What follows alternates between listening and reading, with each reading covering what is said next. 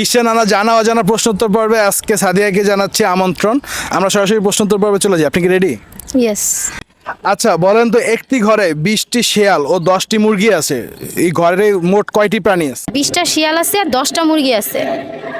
ওই ঘরের মোট কতটা প্রাণী আছে? শিয়ালের কাছে মুরগি বাগার কেন কথায় আছে না, তো 10 হবে। 10টা শিয়াল আছে। হ্যাঁ 10টা শিয়াল। 10? 10। এটা ভালো করে চিন্তা করেন, আপনার সময় প্রায় শেষে দিও, তাড়াতাড়ি উত্তর দেন। 20টা। কিভাবে 20টা কিভাবে হলো উত্তর? এটা বলতে হবে। আপনি কি পাস করবেন? পারতেছি না। আচ্ছা অডিয়েন্স, আপনারা যদি এটার উত্তর জেনে থাকেন তাহলে আমাদের কমেন্ট বক্সে জানান। আমরা পরবর্তী কোশ্চেনে চলে যাচ্ছি। আচ্ছা বলেন তো, দাদা একবার দেয় আর বৌদি বারবার দেয়, সেটা কি? দাদা একবার দেয় আর আর বৌদি বৌদি বারবার বারবার দেয়। দেয়। এটা সহজভাবে চিন্তা করো।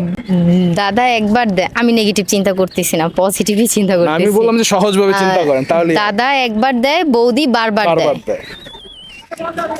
দাদা একবার দেয় সিঁদুর, কজ দাদা বিয়ের সময় সিঁদুর দিয়ে দেয়, আর বৌদি সেটা প্রতিদিন সকালে দিতে হয়। হ্যাঁ সিঁদুর।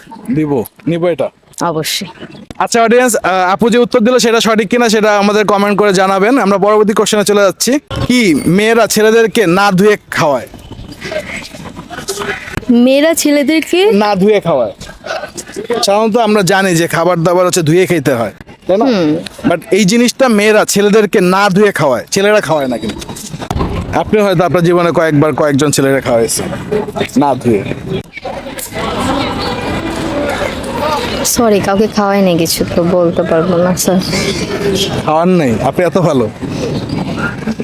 আচ্ছা অডিয়েন্স, আপনারা যদি এই প্রশ্নের উত্তর জেনে থাকেন তাহলে আমাদেরকে হচ্ছে কমেন্ট করে জানাবেন। আমাদের অনুষ্ঠানে অংশগ্রহণ করার জন্য আপনাকে অনেক অনেক ধন্যবাদ। ধন্যবাদ।